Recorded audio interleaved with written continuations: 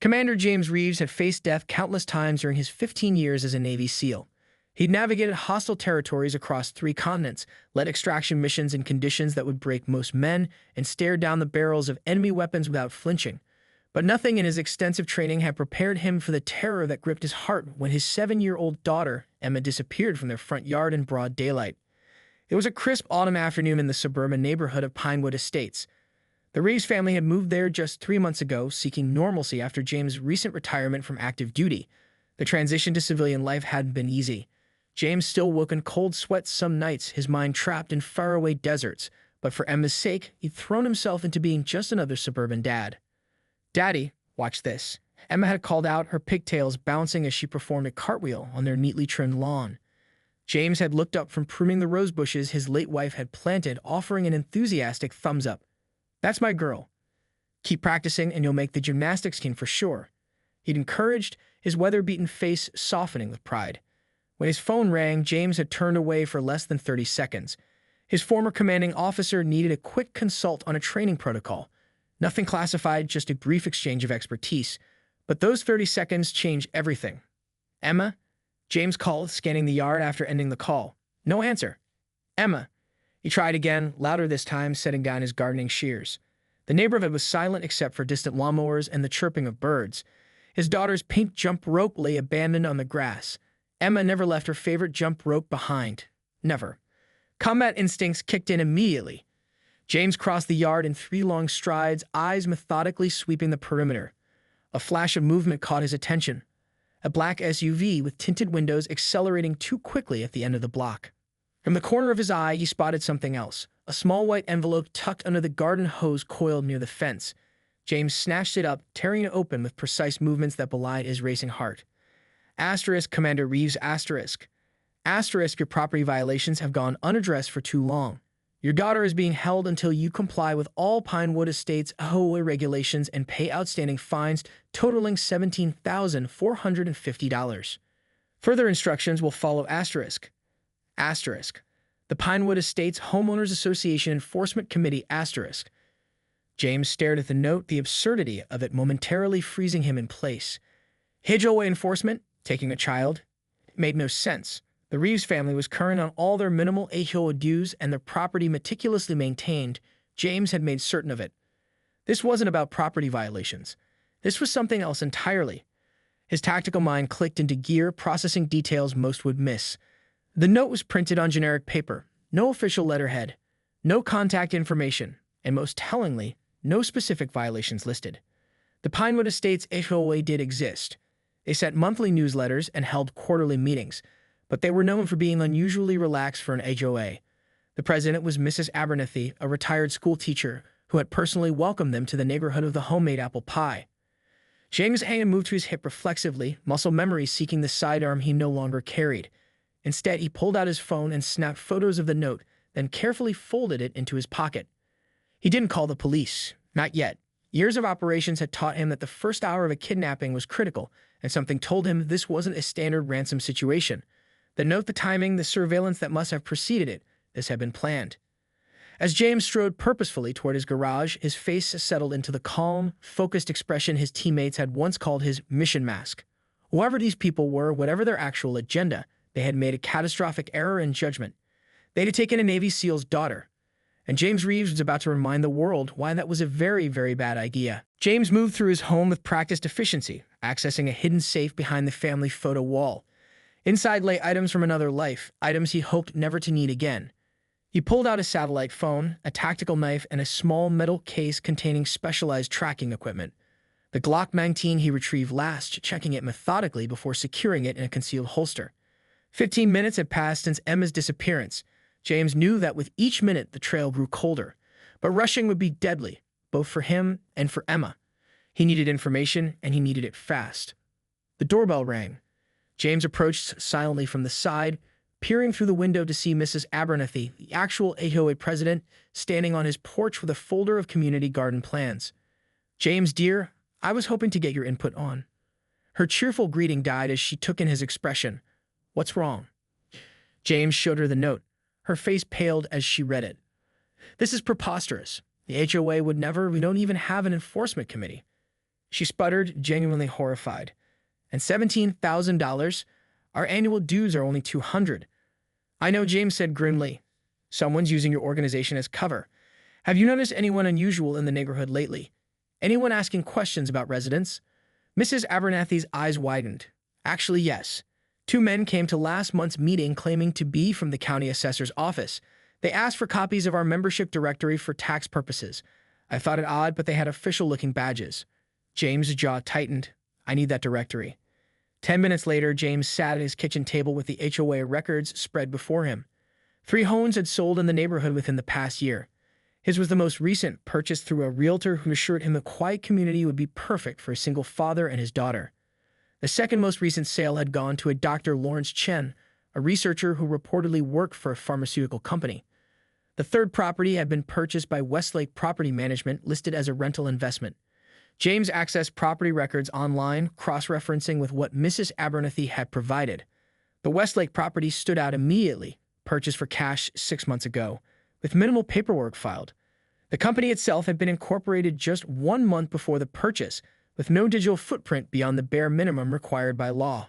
A shell company. James had seen enough of them during intelligence operations to recognize the signs. He drove past the Westlake house, noting details with a professional eye. The lawn was maintained, but the house showed subtle signs of disuse. Mail accumulated in the box, windows perpetually shuttered. As he parked down the street and observed, he noticed security cameras positioned at angles that covered approaching vehicles rather than the property itself. Not a household protecting itself from intruders, a surveillance outpost watching the neighborhood. James's phone buzzed with a text from an unknown number. Asterisk, bring $5,000 cash as initial compliance payment to Cedar Park benches. Come alone, 1 hour. No police or the violations increase asterisk. Cedar Park was a small green space at the center of the neighborhood, visible from multiple vantage points, including the Westlake property. Perfect for spotting police or backup. James knew he was being set up. The random demand, the public meeting place, these weren't the actions of professional kidnappers seeking ransom. This was someone trying to establish control to manipulate him. The question was, why? His satellite phone vibrated, a secure text from his former teammate Derek, who now worked in military intelligence. Asterisk ran that name you sent. Dr. Chen isn't a pharma researcher.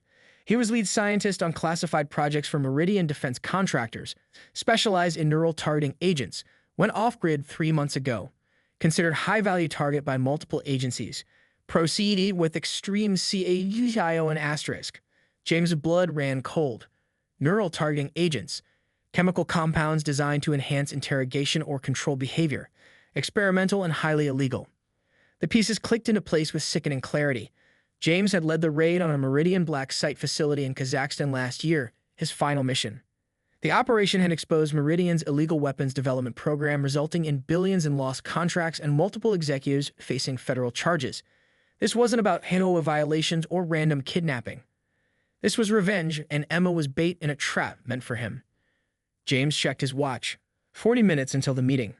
Not enough time to call in trustworthy backup, even if he knew who to trust. Local authorities were out of the question. They'd follow protocol, potentially triggering the kidnapper's contingency. Cedar Park wasn't much more than a glorified playground with a small pond, walking paths, and strategically placed benches for neighborhood residents. On any other day, it would be filled with children and dog walkers. Today, as dusk approached, it stood eerily empty.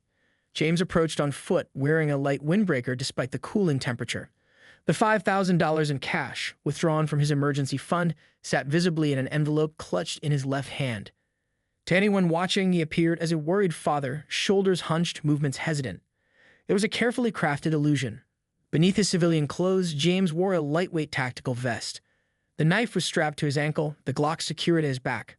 Most importantly, the miniature reconnaissance drone he'd launched 10 minutes earlier was now silently mapping every corner of the park from 200 feet above, transmitting data to the military-grade contact lenses he wore. 3 heat signatures glowed in his augmented vision. One man on the far bench, seemingly absorbed in his phone. Another positioned in the gazebo, a newspaper prop hiding his face. The third lurked behind the public restroom building, partially concealed by overgrown bushes. Triangle formation. Classic ambush setup. James had expected this. The cash demand was never about money. It was about getting him in the open, vulnerable, and distracted. What he hadn't anticipated was the absence of a 4th signature that might indicate Emma's location. Either she wasn't here or she was being kept in a vehicle with heat-shielding capabilities somewhere nearby. His earpiece crackled with Derek's voice. Plate came back to a rental, paid for with a corporate card traced to a Meridian subsidiary. And James, facial recognition, just ID'd one of them from your security footage. Marcus Holt, former Army Ranger, dishonorably discharged. Last employed by Meridian as security consultant. Copy, James murmured, so softly it was nearly subical. Any location on Emma? Working on it.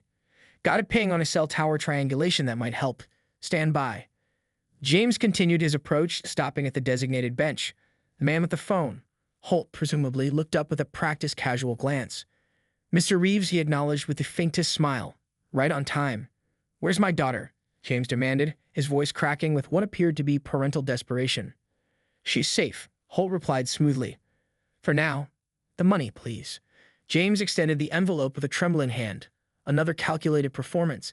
As Holt reached for it, James deliberately dropped it, sending bills scattering in the light breeze. I'm sorry, James stammered, dropping to his knees to gather the cash. Please, I just want Emma back. The ploy worked. Holt's focus shifted momentarily to the money, his hand moving instinctively toward his concealed weapon. In that split second of distraction, James activated the sonic disruptor in his pocket.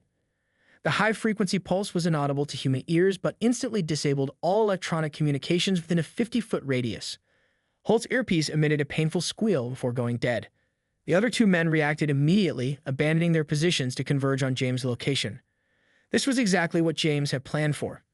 In one fluid motion, he swept Holt's legs from under him while simultaneously extracting the man's sidearm from its holster.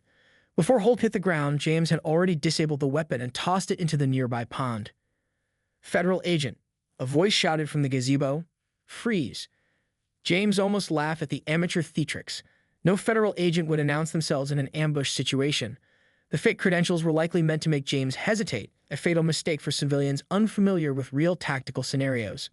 Instead of freezing, James grabbed the dazed Holt and used him as a human shield, backing toward the cover of a large oak tree.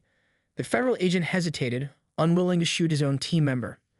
You're making a mistake, Reeves called the third man, emerging from behind the restrooms with a tactical shotgun partially concealed under his jacket.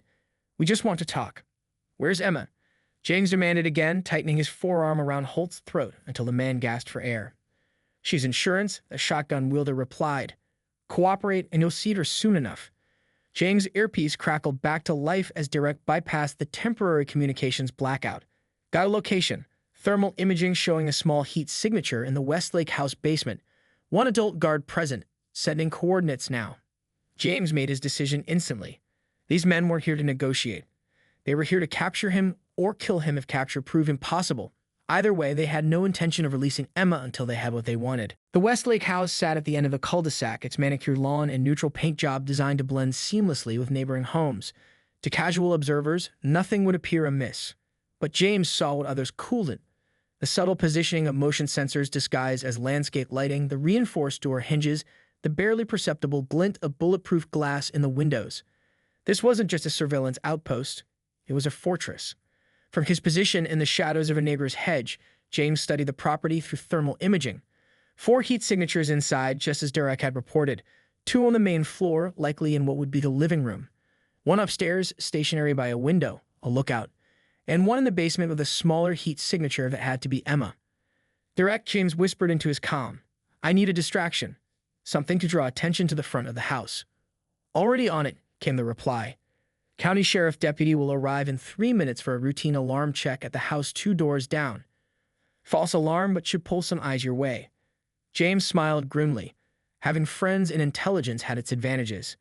While waiting, he assessed entry points. Front door, heavily secured and visible from the street. Back door, likely alarmed and covered by cameras. Garage, potential blind spot and security coverage, but reinforced door would be noisy to breach.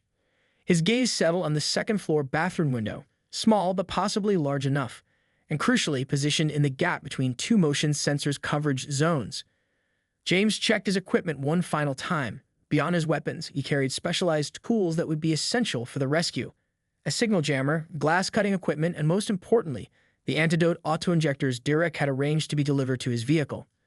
If the neurochemical agent developer was involved, Emma might have been drugged.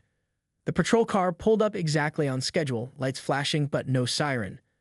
The deputy exited his vehicle and approached the neighboring house with practiced casualness. Through thermal imaging, James saw the upstairs lookout shift position to observe the commotion.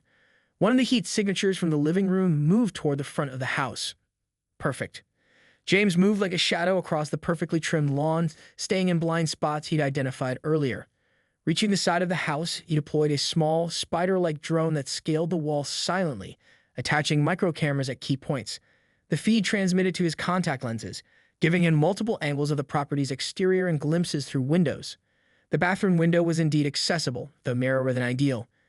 James extended a carbon fiber pole with a suction cup attachment, carefully placing it on the glass. A twist of the handle activated the vibration function, creating a nearly silent resonance that disabled the window's contact alarm without triggering it. With surgical precision, James cut a circle in the glass large enough to reach through and unlock the window. 30 seconds later, he was inside the house, crouched in the darkened bathroom, listening intently. Footsteps approached from the hallway, heavy military-style boots, the lookout checking rooms after noticing the deputy's departure. James positioned himself behind the door, controlling his breathing to near silence. The door swung open.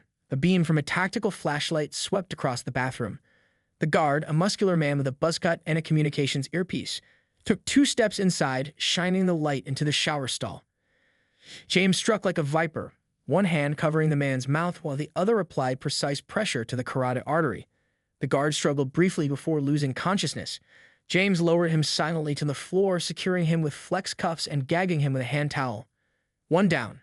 James appropriated the guard's radio earpiece, tuning into their communications channel. "Taking too long. The boss wants Reeves by midnight," a voice was saying. "Relax," another replied. "Our guys will deliver. He's just one man, and we have his kid." "You don't get it," the first voice insisted.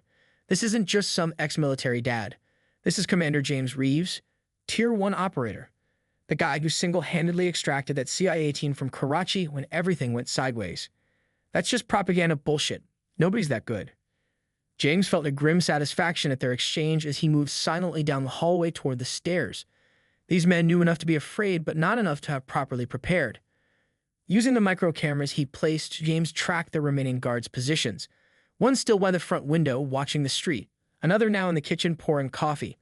The third remained in the basement with Emma. 3 days after Emma's rescue, James sat in his secure conference room at the Pentagon, surrounded by grim-faced officials from various intelligence agencies. The flash drive, recovered from Chen's laptop, lay on the table before them, its contents now thoroughly analyzed by forensic experts. "The implications are worse than we initially thought," Director Harmon said, sliding a folder across the polished table. Meridian didn't just have blackmail material. They were actively placing compromised individuals in key positions across multiple government agencies. This goes beyond corporate espionage or contract manipulation. This is a systematic attempt to infiltrate national security infrastructure. James reviewed the documents with practiced efficiency.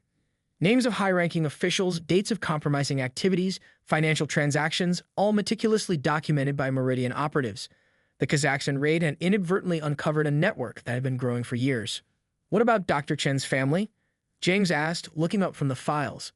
Extracted safely from their situation, Derek replied from his position near the door. "They're in protective custody, along with Chen himself. He's cooperating fully in exchange for immunity." James nodded, satisfied. Chen had been a pawn in a much larger game, manipulated through threats to his family. The real targets were the Meridian executives who had orchestrated both the blackmail operation and the retaliatory kidnapping. "And Holt's team?" James inquired.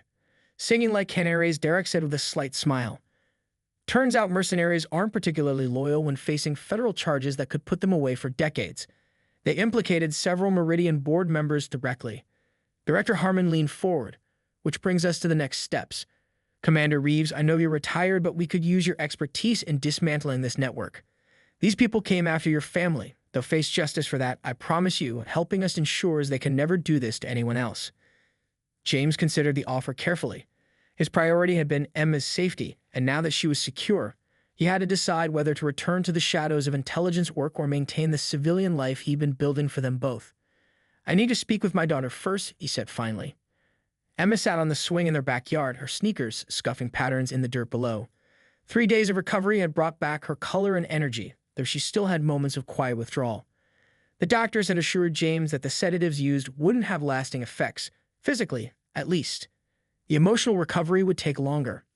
James lowered himself onto the swing beside her, the chains creaking slightly under his weight. "How's my brave girl today?" he asked gently. Emma's small fingers gripped the chains tighter. "Better. Dr. Kate says it's okay to be scared sometimes."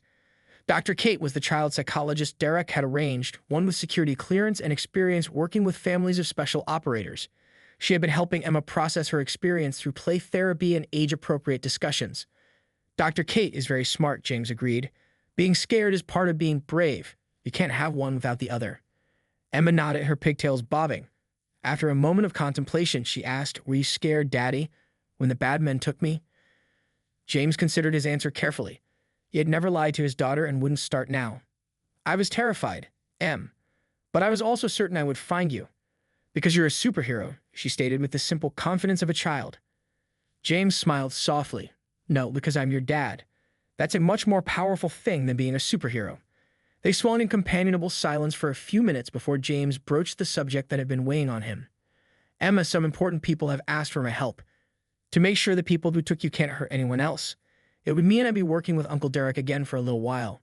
Emma's swing slowed as she processed this. "Would you have to go away?"